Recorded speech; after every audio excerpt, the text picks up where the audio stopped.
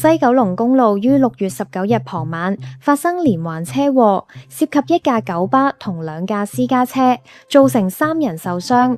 網上片段顯示，一架白色私家車同968線九巴沿中線往新界方向行駛，經過油麻地交匯處後，突然有2架私家車由連翔道支線衝出，其中一架藍色凌志橫跨2線，直接切入白色車同巴士前面。白色私家車見狀即時剎車，但仍然同藍色車相撞，2車停低。尾隨嘅九巴收掣不及，急急向右扭軚閃避，但左邊車頭最終撞向白色車，令白色車翻側橫行路面。巴士閃避時車身一度傾斜，場面相當驚險。現場見到3架車停喺公路中央，白色私家車翻側，旁邊散落玻璃碎片。九巴車長同白色車2名乘客受傷送院，幸好冇生命危險。警方正調查事故原因。英國倫敦中央刑事法院判咗香港駐倫敦經貿辦間諜案，66歲前香港警司袁松標被裁定違反英國2023年國家安全法，協助外國情報機構罪成，判監8年。41歲前英國邊防部隊人員衛志良同樣罪成，仲因公職人員行為失當被判監10年。英國皇家檢控處指出，案件涉及未經授權嘅情報搜集同非法監視，目的係為中國利益服務。證據顯示，2人曾針對居英香港異見人士搜集住址、車輛、社交平台、賬戶等資料。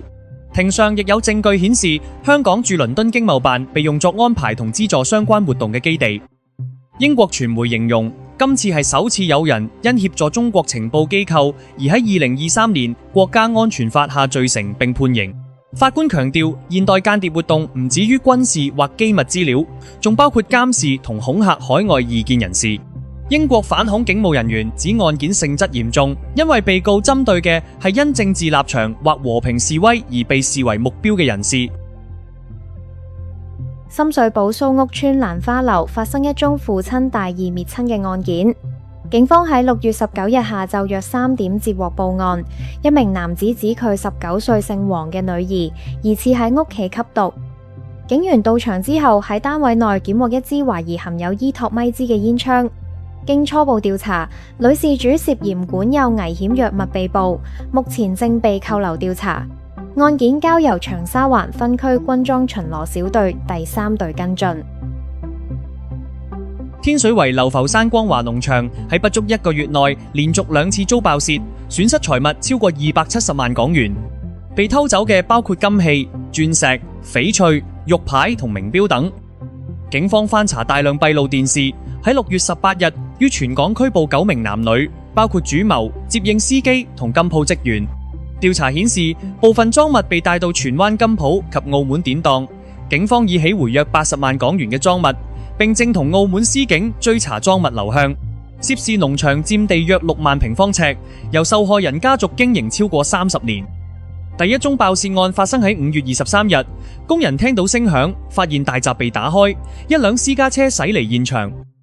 第2宗案件就喺6月12日發生，賊人撬開鐵皮屋大門，盜走現金、手錶同大量珠寶首飾，總值超過270萬港元。馬路如虎口，喺路中心落客，簡直係玩命。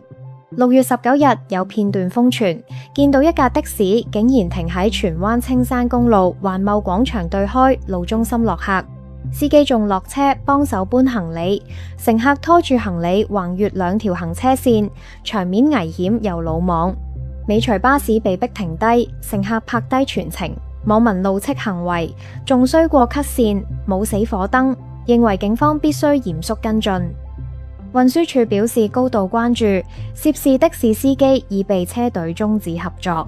並要求提交報告，強調司機唔可以喺危險位置停車，上落客必須安全，行人亦要喺安全地點過馬路。